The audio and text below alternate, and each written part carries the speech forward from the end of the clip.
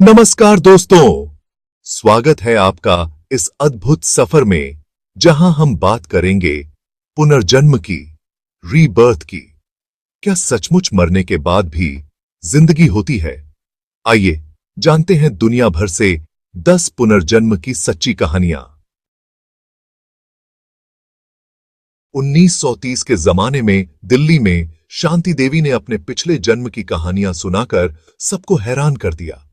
यह एक ऐसा समय था जब विज्ञान और आध्यात्मिकता के बीच की खाई बहुत गहरी थी और पुनर्जन्म की कहानियां लोगों के लिए एक रहस्य थीं।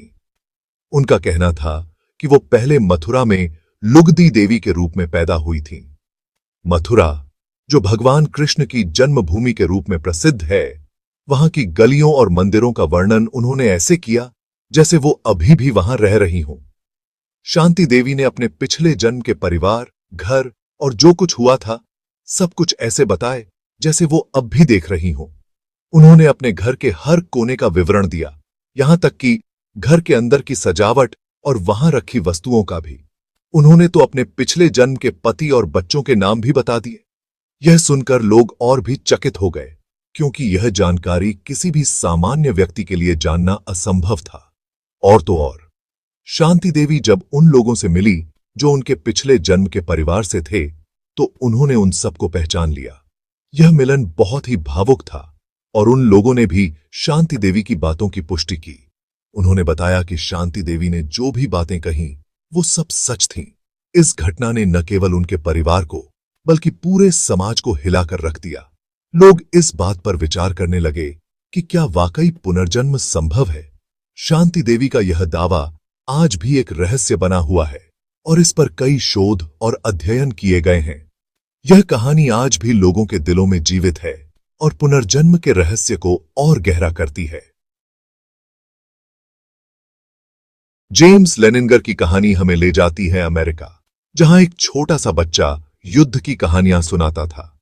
यह बच्चा, जो केवल 2 साल का था, अपने माता पिता को बार बार एक ही बात बताता था कि वह एक विमान चालक था। उसे बार बार सपने आते थे विमान के गिरने के। ये सपने इतने जीवंत और डरावने थे कि वह रात में चिल्ला उठता था।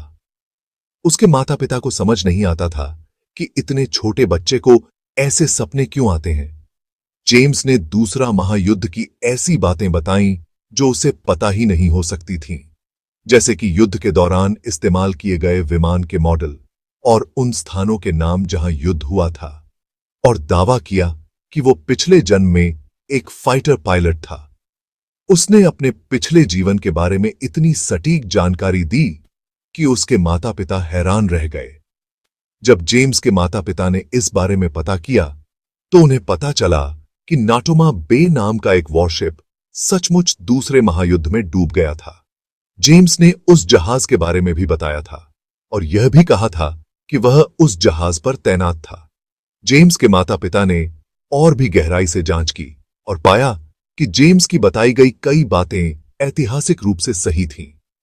उन्होंने कई विशेषज्ञों से भी सलाह ली, जिन्होंने इस बात की पुष्टि की कि जेम्स की जानकारी अद्वितीय और सटीक थी।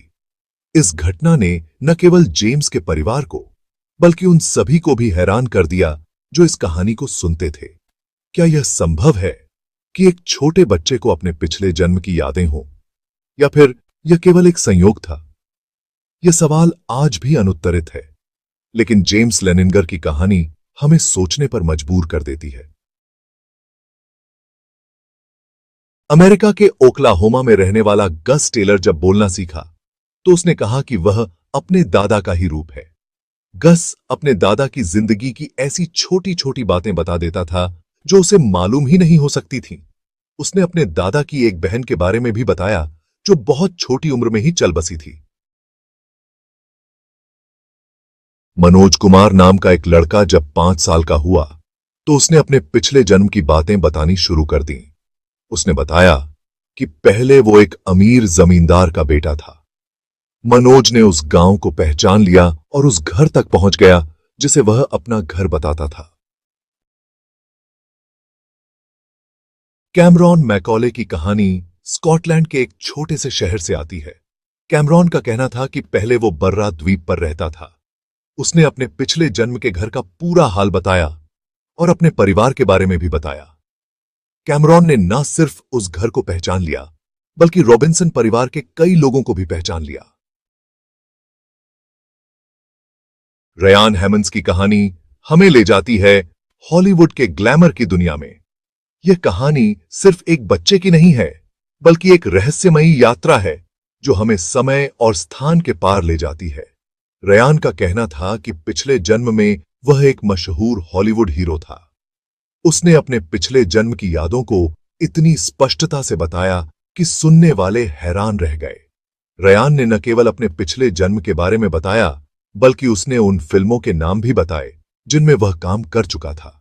उसने पुरानी फिल्मों के बारे में बातें की और अपने पिछले जन्म की एक फिल्म के सेट का भी पूरा ब्यौरा बताया। रयान ने उस समय के फिल्म सेट्स, कैमरा एंगल्स और यहां तक कि अपने सह कलाकारों के नाम भी बताए। उसकी बातें इतनी सटीक थीं कि सुनने वाले दंग रह गए। जब रयान की मां ने इन बातों को गंभीरता से लिया और पड़ताल की, तो उन्हें पता चला कि रयान जिस अभिनेता की बात कर रहा है, वह सचमुच हॉलीवुड का एक जाना माना नाम था। उन्होंने पुराने रिकॉर्ड्स और फिल्मों की जांच की और पाया कि रयान की बातें सच थीं। यह जानकर वे हैरान रह गईं कि उनका बेटा पिछले जन्म में एक प्रसिद्ध अभिनेता था। इस खोज ने न केवल उनके परिवार को, बल्कि उन सभी को चौंका दिया जो इस कहानी को सुनते हैं। रयान की कहानी हमें यह सोचने पर मजबूर करती है कि क्या वास्तव में पुनर्जन्म और पिछले जीवन की यादें सच हो सकती हैं।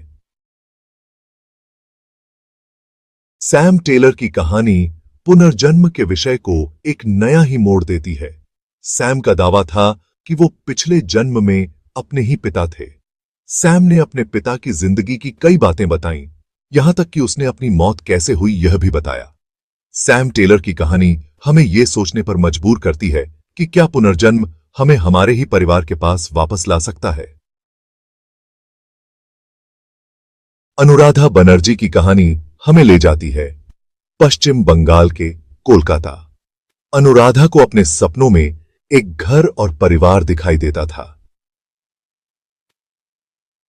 अनुराधा ने बताया कि पहले वो एक दूसरे शहर में रहती थीं और उनका एक बेटा था। उन्होंने अपने पिछले जन्म के परिवार के बारे में खुलकर बताया। अनुराधा की कहानी सुनकर लोग दंग रह गए। एडवर्ड ऑस्ट्रियन की कहानी हमें यह सोचने पर मजबूर करती है कि क्या हमारे शरीर का दर्द हमारे पिछले जन्म से जुड़ा हो सकता है। एडवर्ड को गले में दर्द होता रहता था।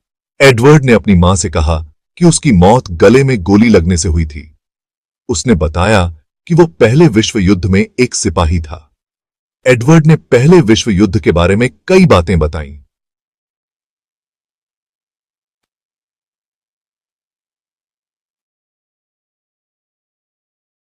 रविशंकर की कहानी हमें ले जाती है राजस्थान के एक गांव। रवि को बचपन से ही युद्ध और बहादुरी की कहानियां सुनना बहुत पसंद था। रवि के सपने इतने असली लगते थे कि उसे लगता था कि वो सब सच में हुआ है। उसने अपने सपनों में देखे युद्ध का पूरा हाल बताया। रविशंकर की कहानी हमें यह सोचने पर मजबूर करती है कि क्या हमारे सपने हमें हमारे पिछले जन्म की एक झलक दिखा सकते हैं। दोस्तों, ये थीं दुनिया भर से 10 पुनर्जन्म की सच्ची कहानियां। क्या पुनर्जन्म सचमुच होता है? क्या हमारी आत्मा अमर है? क्या हम बार बार जन्म लेते हैं? विज्ञान कुछ कहता है, धर्म कुछ और। लेकिन एक बात तो पक्की है कि पुनर्जन्म का विषय हमें सोचने पर मजबूर कर देता है। तो दोस्तों, आपका क्या ख्याल है? क्या पुनर्जन्म एक हकीकत है या फिर सिर्फ एक कहानी? हमें नीचे कमेंट में जरूर बताएं।